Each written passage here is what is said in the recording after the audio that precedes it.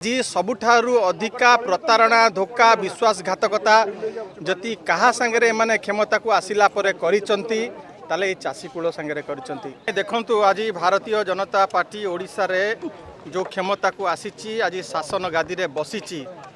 ताहा केवल और केवल चासी मानक पई चासी कूलर समूह भोट पाई एमाने क्षमता को आसीथिले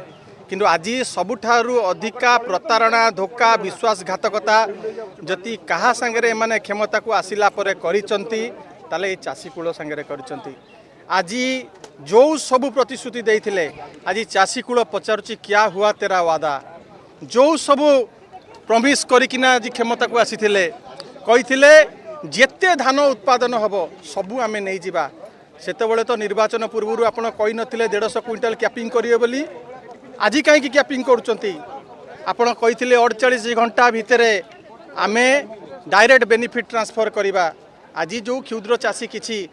तांको धान देइचंती मास मास अपेक्षा करुँच अकाउंट को टंका पड़ू नाही।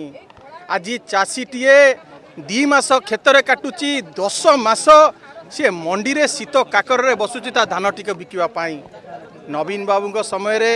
सकाळे जी धान दौला संध्या अकाउंट को पैसा जाऊला। नवीन बाबू समय रे मिलर मानू नवीन बाबू कही तुम हेल चाषी सेवक आज देखु मिलर माने नाली आखि देखौचंती 350 कोटी टंकार डील होईची। आज मिलर माने परिचालना करुचंती जोगाण विभाग को कृषि विभाग को एमाने मिलर को कथारे चलीचंती। आज नवीन बाबू समय 2टा एमएसपी पाउथिले खरीफ करुले रबी करुले आज आ रबी चाष हो पारुनी चाषी रबी चाष हो पारुनी गोटे एमएसपी पाउचंती 150 क्विंटल कैपिंग ए भलिया परिस्थिति देकी गति करुची। चाषी आज अभावी बिक्री करबा पई बाध्य होउची 2000 टंका रे हाथ गोड़ जोड़ुची मिलर को अरे 2000 टंका रे नहीं जाओ चाषी को एमाने नाली आखि देखौचंती ए परिस्थिति देकी आज चाषी कूल जाउची एवं समग्र ओडिशा रे गोटे अनुतापर वातावरण खेली गलानी एवं चाषी कूल कहउचंती जे आम द्वारा भूल हो जाइए आमको मिथ्या प्रतिश्रुति देकी माया जाल रे पकईकी एमाने आमठू भोट नैचंती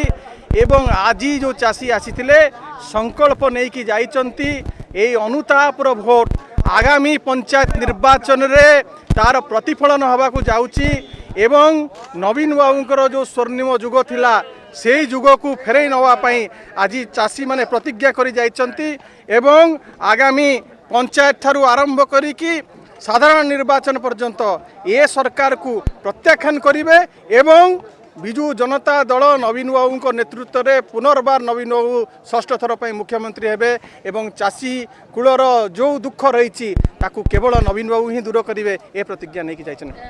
किछि दिन तले जेतेबेले विधानसभा चलथिला समस्त पक्षरु जेतेबेले विधानसभा